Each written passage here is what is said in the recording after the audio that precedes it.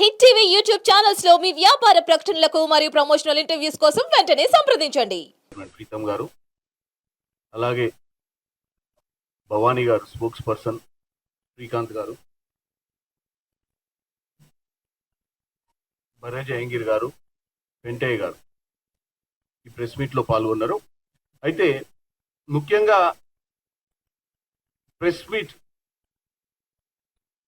మనం డెవలప్మెంట్ గురించి, రాష్ట్ర ప్రభుత్వం చేసుకుంటున్న కార్యక్రమాల గురించి, ఈ కార్యక్రమాలను ఎలా ప్రజల్లోకి తీసుకుపోవాల్సిన అవసరం ఉందని మాట్లాడుకోవాల్సినటువంటి ప్రెస్ మీట్లు కేవలం కౌంటర్లకే పరిమితమైంది. బీఆర్ఎస్ వాళ్లకు కూడా ముఖ్యంగా మన best Joseph Goebbels of Telangana KTR గారు, ఒకప్పుడు నాజీ గవర్నమెంట్ ఈ జోసెఫ్ గోబెల్స్ అనే ఒక మంత్రి ఉండేవాడు. ఆయన మీదనే ఈరోజు ప్రపంచం అంతా మాట్లాడుకుంటుంది. అంత ప్రఖ్యాతి గాంచినటువంటి వ్యక్తిగా మన కేటీఆర్ గారు కూడా ఈరోజు బ్రహ్మాండంగా ఈ గోబల్స్ ప్రచారం చేస్తూ, ఎందుకంటే ప్రతి ప్రెస్ మీట్ లో నేను కూడా వారానికి ఒకసారి రాష్ట్ర ప్రభుత్వం చేస్తున్న కార్యక్రమాలను తెలంగాణ ప్రజల మధ్యనికి తీసుకెళ్లాలన్న ఉద్దేశంతో, ఎందుకంటే పని చేస్తుంది ఒక ఎత్తు అయితే పని చేసేదాన్ని చెప్పుకోవాల్సిన అవసరం ఈ ప్రతిపక్షాలు, ముఖ్యంగా బీఆర్ఎస్ పార్టీ జోసెఫ్ గోబల్స్ గారు, కేటీఆర్ గారు చేస్తున్నటువంటి ప్రచారాన్ని తిప్పికొట్టే ప్రయత్నం కూడా రెగ్యులర్ గా చేయాల్సిన పరిస్థితి ఏర్పడ్డది. ఇవాళ రైతులు, తెలంగాణ రైతులు ఆయనే ఒప్పుకుండు 22,37,848 మందికి 17,934 కోట్ల రూపాయలు ముట్టినాయి. 3 ఫేజ్లల్లా ఇంతమంది రైతులకు ఇంత రుణము ముట్టిన విషయాన్ని ఆయనే చెప్తూ ఇయ్యరా అంటాడు. మళ్ళా మిగతోళ్ళకు ప్రభుత్వం ఆల్రెడీ చెప్పింది 31,000 కోటి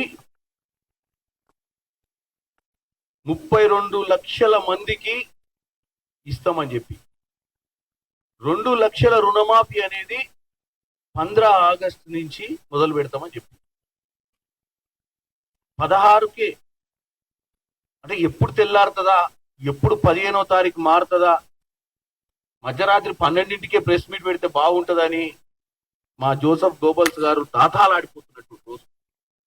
ఏంటంటే ఎప్పుడు తెల్లారితే మనం రేవంత్ రెడ్డిని అటాక్ చేయాలి. రేవంత్ రెడ్డి రోజు చూస్తే ఎక్కడో ఉంటుండో, రోజు అమెరికాలో ఉంటుండో, రోజు కొరియాలో ఉంటుండో, రోజు ఢిల్లీలో ఉంటుండు, ఢిల్లీలో కార్పొరేట్ సంస్థలతోటి మీటింగ్ పెడుతుండు.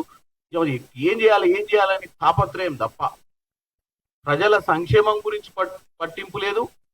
నిజంగానే అక్కడ రైతులకు పైసలు వస్తలేవు. కొంతమందికి చిన్న చిన్న తప్పిదాలు ఉంటే రేషన్ కార్డు లేకపోతే ఆధార్ కార్డు అడుగుతుర్రు. రావాల్సిన రైతులకు ఏదైతే రుణమాఫీ కావాల్సిన రైతులకు రుణమాఫీ కావట్లేదంటే నువ్వు మీ కార్యకర్తలను పిలిపించుకొని ఆ ఊర్లలోకి పోయి ఒక వాలంటీర్ గా పనిచేస్తే నిన్ను ప్రజలు నమ్ముతారే వీళ్ళు పార్టీ కోసం పనిచేస్తున్నారు. పదే పదే ప్రెస్ మీట్లు పెట్టి ఇస్తలేరు అని నువ్వు నిన్న మాట్లాడితే ఏమంటావు? మేము 2014 నుంచి ఒక్క టర్మ్లో అంటాడు. టర్మ్ అంటే ఏంది? 5 ఏళ్లల్లా 17,000 కోట్లు ఇచ్చినామని చెప్తాడు దూర. కానీ రేవంత్ రెడ్డి ఒక్క రోజులోనే చేస్తానని చేయలేదంటాడు. అంటే ఒక్క టర్మ్ ఏంది, ఒక రోజు ఏంది? నీకేమో 5 ఏళ్ళు వర్తిస్తుంది, నీకేమో 10 ఏళ్ల పాలన ఉంటుంది, మాకు 5 నెలల పాలననే మేము నువ్వు అడిగిన ఎన్ని చేయాలన్న ఒక ఆలోచన తప్ప నువ్వు చాలా తెలివికల్లోని అని అన్న విషయం మాకు తెలుసు. అందుకే నీకు జర్మనీ ఒక పెద్ద మహానుభావుని నిక్నేమ్ ఇచ్చినాం ఈరోజు. నీ తెలివితేటలు ప్రజా సంక్షేమం కోసం వాడు. నీకు రేవంత్ రెడ్డికి ఎక్కడ పొంతనా? మా ముఖ్యమంత్రి వర్యులు ముఖ్యమంత్రి అయిందంటే ఈరోజు రాష్ట్ర వ్యాప్తంగా ఏ మధ్యతరగతి కుటుంబంలో నుంచి అయినా, ఏ సర్పంచ్ అయినా నేను కూడా ముఖ్యమంత్రి కావచ్చు. ఒక రేవంత్ రెడ్డి గారి లాంటి జెడ్పీటీసీ ముఖ్యమంత్రి అయినప్పుడు నేను కూడా ముఖ్యమంత్రి కావచ్చు అన్న నమ్మకాన్ని క్రియేట్ చేసిన నాయకుడు నీ లెక్క కాదు. నువ్వు రాత్రి అమెరికా నుంచి ఊడిపడి కష్టపడి పని చేసుకొని మీ నాయనతోటి ఉద్యమంలో పాల్గొన్న నాయకుని టికెట్ ఊడబిక్కొని సిరిసిల్ల 100 ఓట్లతోటి లొట్టబోయి గెలిచినావు, కన్ను లొట్టబోయి. నువ్వు రేవంత్ రెడ్డి గారి గురించి మాట్లాడే అర్హత నీకు లేదు. ఉంటే మీ నాయనకు ఉంటుంది, కానీ మీ నాయన అసలు రాజకీయాలలో ఉందో లేడో కూడా తెలియదు. ఫామ్ హౌస్ లో వండుకొని బయటికి కూడా వస్తలేడు. ప్రతిపక్ష నాయకునిగా, అపోజిషన్ పార్టీ లీడర్ గా ఆయనను రాజీనామా చేసి నువ్వు తీసుకో ఫస్ట్. ఇవన్నీ మాట్లాడాలంటే ముఖ్యమంత్రి ఉన్నప్పుడు విదేశాలకు నువ్వే పోతివి, ప్రతిపక్ష నాయకుని ఉన్న మీ నాయన నువ్వే మాట్లాడుతుంటివి. మళ్ళా మా బాధ్యతలు నువ్వే చూపిస్తుంటివి, మాకేమేం బాధ్యతలు ఉన్నాయి. మీకు ఫస్ట్ బాధ్యత లేదు. ఏదో మంచి ఆలోచన వచ్చినట్టు అనిపించింది నిన్న నీ ప్రెస్ మీట్ చూసినాక. అన్ని రాష్ట్రాలలో పోయి అక్కడున్న ప్రాంతీయ పార్టీల వైఖరి ఏంది, ప్రాంతీయ పార్టీలు ఇన్నేళ్ళు ఎట్లా నిలదొక్కున్నాయి, కష్ట నష్టాలను తెలుసుకునే ఒక అధ్యయనం చేయాలని ఒక ఆలోచన మంచిది. ఎందుకంటే మీకు అసలు ఏమాత్రం 10 ఏళ్ల ప్రభుత్వం ఉండి జీవితాంతం అధికారంలో ఉంటామన్న పిచ్చి ఆలోచనతో బతికిన మీకు వాస్తవంగా అప్పుడప్పుడు ప్రతిపక్షాలలో ఎట్లా ఉండాలనేది నేర్చుకోవాల్సిన అవసరం అయితే గ్యారెంటీ ఉంది. ఈరోజు ప్రతిపక్షంలా 5 నెలలు ఉండలేని మీరు డెఫినెట్ గా మీరు చంద్రబాబు నాయుడు గారి దగ్గర పోయి నిలిచిపోయి ప్రతిపక్షంలో ఒక రీజనల్ పార్టీ ఎట్లుంటుందో పోయి డిఎంకే పార్టీ దగ్గర నేర్చుకోండి, పోయి ఇంకా టిఎంసీ దగ్గర నేర్చుకోండి, మమతా బెనర్జీ గారి లేకపోతే నితీష్ కుమార్ దగ్గర పోయి నేర్చుకోండి.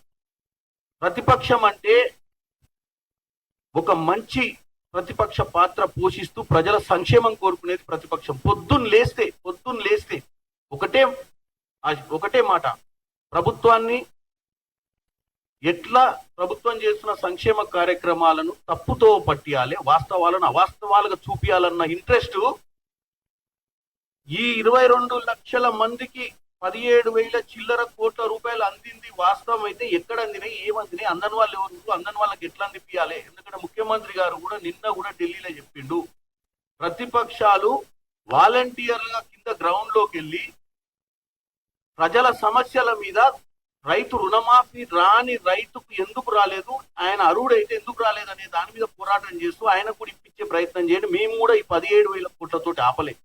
నువ్వు చెప్పింది 2014 నుంచి ఒక్క టర్ముల గురించి చెప్పినాం, మేము ఒక్క దఫా గురించి చెప్పినాం. అంటే 22 రోజులల్లా మేము ప్రభుత్వంలోకి వచ్చిన 27 రోజులల్లా ఇంతమందికి 27 రోజులల్లానే 22 లక్షల మంది రైతులకు మేము రుణమాఫీ చేస్తే నువ్వు 5 సంవత్సరాలు చేసిన ముచ్చట మాకు చెప్తావా? 2014 నుంచి 2018 దాకా ఈ దఫాలుగా, అంటే ఒక్కసారి కాదు, ఒక నెల రోజులలో కాదు, ఒక 2 నెలల్లో కాదు, 4 దఫాలు 4 సంవత్సరాలలో కొంచెం ఇస్తూ లాస్ట్ కు పోనీ మొత్తం ఇచ్చినావు అంటే మొత్తం 8,500 చిల్లర కోట్ల ఎగనామా కూడా పెట్టినావు రైతులకు. ఆ రోజు